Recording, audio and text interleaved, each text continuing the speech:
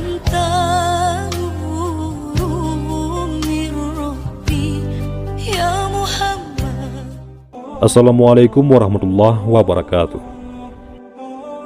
Kisah Wahsy bin Harbi al-Habsyi diriwayatkan oleh Hujjatul Islam wa Barakatul Anam al-Imam Qadhi Iyad di dalam kitabnya, yaitu Asy-Syifa, menukilkan riwayat. Namun sebelum kita bahas, mari kita sukai video ini dan berlangganan, serta bagikan video ini agar bermanfaat bagi semua. Terima kasih.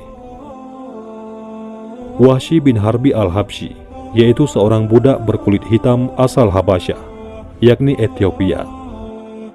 Bertubuh kekar, sehingga ia mendapat julukan Abu Dasama atau pria yang berbadan subur. Ia dikenal lihai memainkan tombak. Tombak yang ia lepas selalu tepat sasaran. Tak disangka, di balik tubuh kekarnya, Wahsy memiliki dendam kepada singa Allah, yakni Hamzah bin Abdul Muthalib. Ia amat membenci pada Hamzah karena telah membunuh pamannya, yaitu Tu'aimah bin Adi bin Al-Khiyar dalam Perang Badar. Perang Badar memang telah merenggut banyak nyawa pasukan kafir Quraisy, yang awalnya mereka sendiri yang telah menentang kaum muslimin. Tak terima dengan kekalahan yang menimpa, para kafir Quraisy mengadakan rapat dan mengatur strategi untuk menghukum Nabi dan para pasukannya. Saat rapat berlangsung, Hindun memberi masukan agar Wahsy diturunkan untuk membunuh Hamzah. Hindun tahu bahwa Wahsy menyimpan dendam pada Hamzah. Ia memanfaatkan emosi Wahsy dan keahliannya dalam melempar tombak untuk menuntaskan sakit hati Hindun yang sanak saudaranya tewas di tangan pasukan muslimin. Wahsy yang hanya sebagai budak diiming-imingi kebebasan oleh tuannya jika dirinya berhasil membunuh Hamzah bin Abdul Muthalib dan membawakan jantung Hamzah kepada Hindun. Perang Uhud pun terjadi. Wahsy yang ditugaskan membunuh Hamzah fokus mengintai targetnya di medan perang. Saat keadaan makin berkecamuk, Wahsy melancarkan tombaknya dari kejauhan ke arah Hamzah dan menancap tepat dari belakang tubuhnya. Tak cukup di situ, Wahsy dengan tega membelah dada Hamzah serta mencabiknya lalu mengeluarkan jantungnya. Isi perut Hamzah ia belah, hatinya ia kunyah, wajahnya ia rusak. Sungguh kejam apa yang dilakukan Wahsy, si budak berkulit hitam. Usai sudah peperangan, Rasulullah dan para sahabatnya bersama-sama memeriksa jasad dan tubuh para syuhada yang gugur.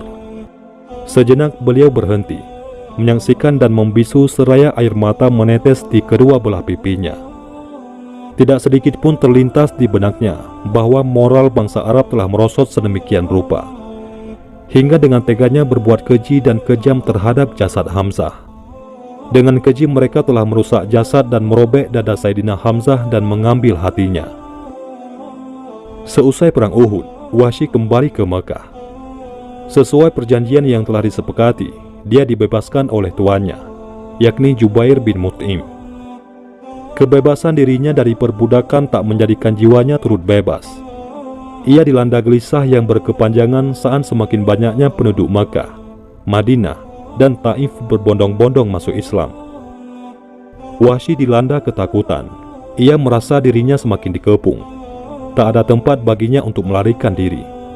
Penyesalan demi penyesalan menghujani dirinya. Di saat Fatu Makkah, Rasulullah SAW masuk ke Mekah dengan 100.000 muslimin dan muslimat. Wahsy melarikan diri. Ia menjauhkan diri sampai ke pantai. Istrinya datang kepada Rasulullah SAW. "Wahai Rasulullah, suamiku mempunyai dosa yang sangat besar. Kalau ia masuk Islam dan bertobat, apakah suamiku diampuni?" tanya istri Wahsy. Maka Rasulullah SAW berkata, "Allah memaafkan semua yang terdahulu jika manusia mau bertobat. Masuk Islam atau tobat, sudah tidak ada lagi dosa." Maka istrinya pun menemui suaminya di pantai. Istrinya menyampaikan perkataan Rasulullah kepada Wahsy, "Allah akan mengampuni semua dosa yang berlalu kalau kau mau bertobat dan masuk Islam." Wahsy berkata pada istrinya, "Apakah Rasulullah tahu kalau kamu adalah istriku?" Maka berkata istrinya, "Tidak kusampaikan."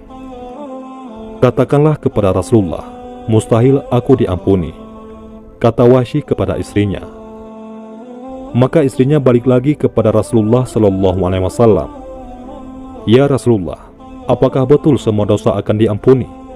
Suamiku ketakutan, kata istri Wahsy.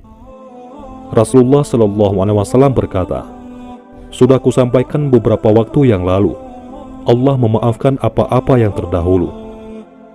Maka istrinya berkata, ya Rasulullah, suamiku adalah Wahsy yang telah membunuh pamanmu, merobek dadanya, dan mengeluarkan jantungnya. Seketika itu berubahlah wajah Rasulullah SAW. Beliau terdiam, tidak menjawab, dan kepala beliau menunduk.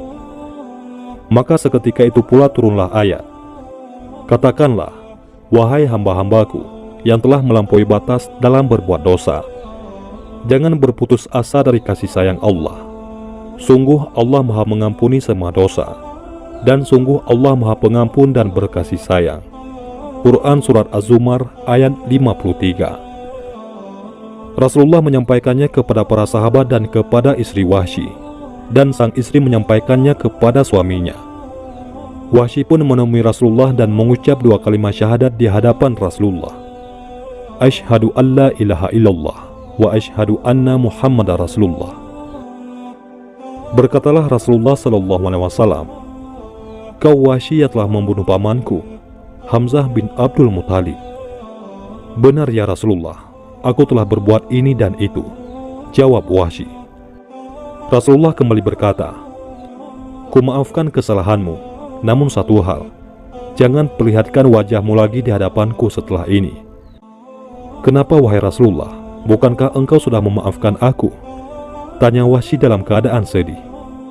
Rasulullah menjawab, aku sudah memaafkanmu, tapi kalau aku lihat wajahmu, aku terbayang wajah Hamzah bin Abdul Muthalib yang rusak dihancurkan olehmu saat itu. Aku teringat wajah Hamzah, maka jangan muncul di hadapanku lagi. Mendengar jawaban itu, Wahsy merasa amat menyesal akan perbuatannya. Ia takut jika suatu saat Rasul melihat wajahnya. Wahsy pun pergi dari hadapan baginda Rasulullah dengan membawa segenap rasa bersalah.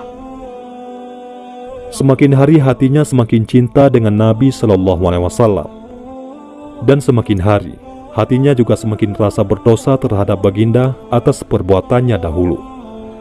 Lalu timbul niat di hatinya untuk menembus kembali dosa-dosanya itu dengan melakukan sesuatu yang akan mengembirakan baginda.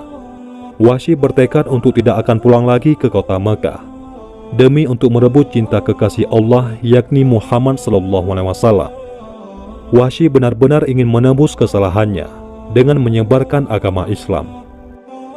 Meskipun dirinya tak mungkin bertemu Rasulullah, ia amat merindukan Rasul. Ia begitu ingin memandang wajah Rasul sebagaimana para sahabat melakukannya. Tapi kesempatan itu belum ia dapatkan sampai baginda Rasulullah SAW wafat. Hidup Wahsy selalu dihantui kenyataan bahwa dirinya telah membunuh Asadullah, yakni Hamzah bin Abdul Muthalib, pahlawan Islam yang teramat besar jasanya. Ia selalu mencari kesempatan agar dirinya dapat menebus dosa besar itu. Setelah wafatnya Nabi Muhammad, kepemimpinan umat Islam beralih ke tangan Abu Bakar As-Siddiq. Tantangan terbesar yang dihadapi bukan lagi memerangi kaum Quraisy, tetapi memerangi nabi palsu yang bermunculan. Salah satunya adalah Musailamah Al-Kadzab. Khalifah Abu Bakar pun menyiapkan strategi untuk memerangi musuh Allah, yakni Musailamah. Abu Bakar mengarahkan pasukannya ke Yamamah untuk menumpas nabi palsu. Wahsy tak ingin menyia-nyiakan kesempatannya. Ia pun turut serta dalam pasukan itu. Jagoan tombak itu memperteguh niatnya dan mendedikasikan dirinya untuk Islam. Lembing runcing di ujung tombaknya telah terasa, semangatnya pun telah berkobar. Dengan mantap ia berangkat menuju Yamamah dan bertekad membunuh Musailamah atau mati syahid.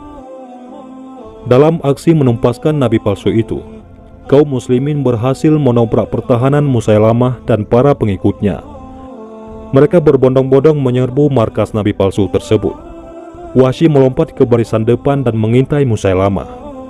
Ia pun mulai membidik Musailamah dengan tombak runcingnya, tombak yang dahulu ia gunakan untuk membunuh manusia mulia. Tombak runcing Wahsy pun melesat cepat dan menancap kuat di tubuh Musailamah, nabi palsu itu pun jatuh tersungkur. Kemudian Wahsy berkata, "Sungguh, dengan tombak itu, aku telah membunuh sebaik-baiknya manusia.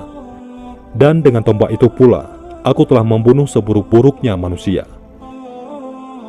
Niat Wahsy itu telah dibuktikannya dengan berserah diri kepada Allah Subhanahu wa Ta'ala, berjuang di jalan Allah, menegakkan agama Allah, dan menjelajah ke seluruh pelosok dunia untuk berdakwah mengajak sebanyak-banyaknya manusia untuk memeluk agama Allah, yakni agama Islam, hingga akhirnya beliau wafat di luar Jazirah Arab. Itulah kisah tobatnya Wahsy bin Harbi al-Habsyi.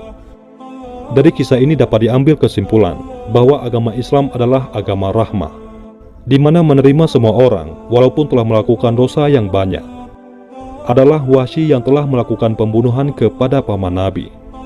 Walaupun begitu, ia tetap diterima memeluk agama Islam.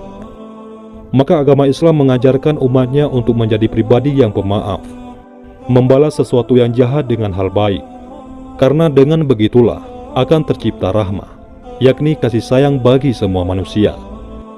Dan agama Islam menjadi agama kedamaian bagi semua orang. Adapun hikmah lain yang dapat kita petik dari kisah ini, yaitu jangan takut untuk selalu memohon ampunan kepada Allah Subhanahu wa Ta'ala. Sebanyak-banyaknya dosa yang sudah kita lakukan, baik secara sengaja maupun tidak sengaja, maka memohon ampunlah kepada Allah dengan hati yang tulus. Ikuti perintahnya dan jauhilah larangannya. Insya Allah dosa kita akan diampuni oleh Allah Subhanahu wa Ta'ala. Allah Maha Pengampun lagi Maha Penyayang. Wallahu a'lam bishawab. Mudah-mudahan bermanfaat. Assalamualaikum warahmatullahi wabarakatuh. Muhammad, anta